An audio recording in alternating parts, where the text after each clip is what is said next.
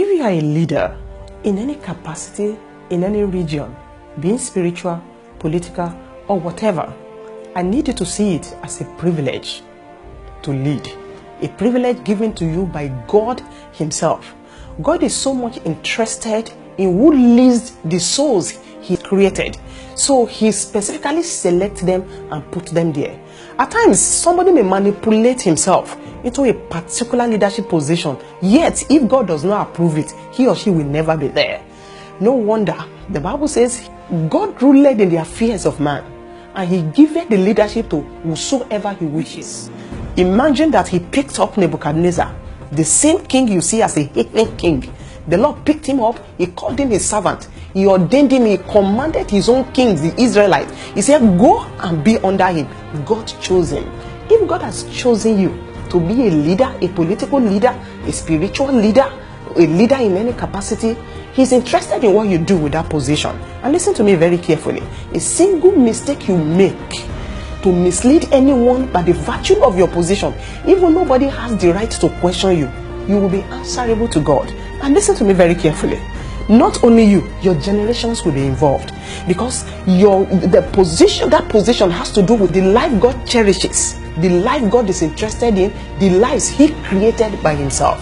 Don't be careless as a leader. It's a great danger in the presence of the Lord. And also listen to this. Whatever you do as a leader that deprives anyone, that puts anyone into pain, you will answer for that.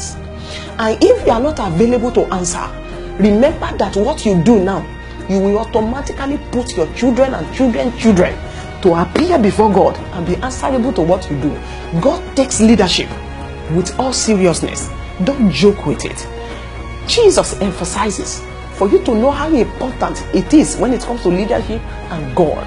He said, any one of you that mislead any of these young ones, it is better a huge stone is hung upon his neck and he's thrown inside the sea. You could imagine how powerful, how dangerous that one is. It's a death sentence because a soul is misled. Don't mislead as a leader.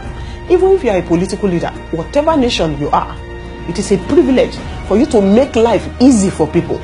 If you scoop out money for yourself, gather wealth for yourself, a wealth you gather that does not belong to you, deprive somebody somewhere. Somebody will suffer for it somewhere. You will be answerable to God if you meet yourself in that position.